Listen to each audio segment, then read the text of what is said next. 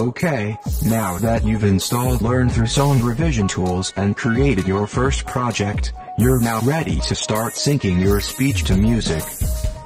There's a whole range of software sequencers that you could use to do this. For this tutorial, I've chosen GarageBand, purely because it comes with most, if not all Macs as part of the iLife suite. Alternatively, you could use Logic on your Mac or Cubase, Pro Tools or Reason on both Mac or PC to name just a few. Additionally, there are a few pieces of free software for PC such as Audacity, that we will cover in a future video.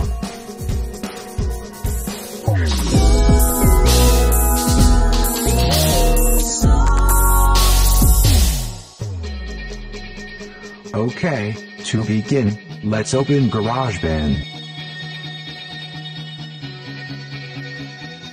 Select New Project from the preset categories on the left and then select Podcast. This will give you the basic track setup that best suits our purpose.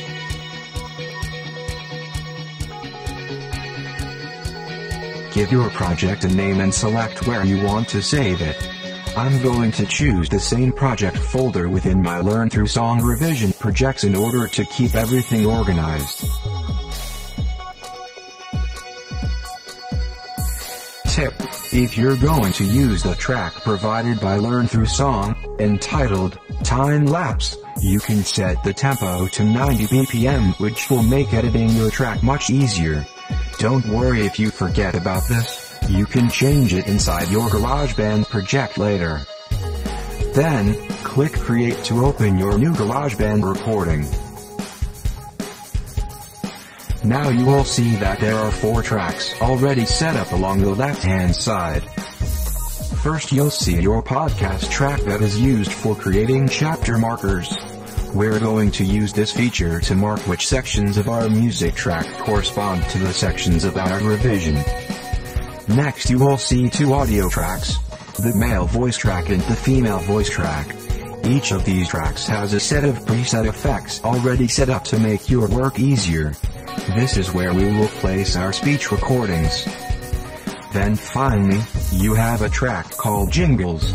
We will use this to insert our music track.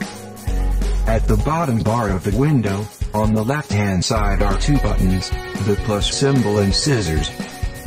The plus sign will add a new track to your project and the scissors will toggle the visibility of the editor for the selected track. To the right of the tracks and in the center of the window, you will see a large area with a lane for each track. You will also notice a timeline running across the top of this area. When using the podcast, this will default to displaying minutes and seconds. This is where we will add and sequence our speech and music. On the right-hand side is a multifunctional browser window, typical of Apple's GUI, so those of you that have used iPhoto or iMovie will be used to this. It has 3 modes: the Loop browser, Information and Media browser. You can switch between the modes using the buttons at the bottom right-hand side of the window. For the purposes of this tutorial, we will only be using the Information window. The Information window is dynamic and changes according to what track or object you have selected. For instance, clicking the male voice track when in Information mode will display the effects that are being used on it. Here you can browse and select presets and switch to Edit mode, where you can adjust the properties of each effect. You can also switch to the master track with the button at the top, which displays a browser editor for the effects that you'll have on the whole mix. Last and certainly not least, in the center of the bottom bar are the transport controls. This is where you can play, stop, rewind and fast forward your track. Also, you can toggle the play mode between normal and cycle. Cycle playback allows you to loop a section of your track to keep playing it over and over whilst editing it. To the right of the transport controls is the time display. This tells you where you are in your track by displaying either measures, which are bars in beats, or minutes in seconds. As I mentioned earlier, when using the podcast template, this will default to minutes and seconds.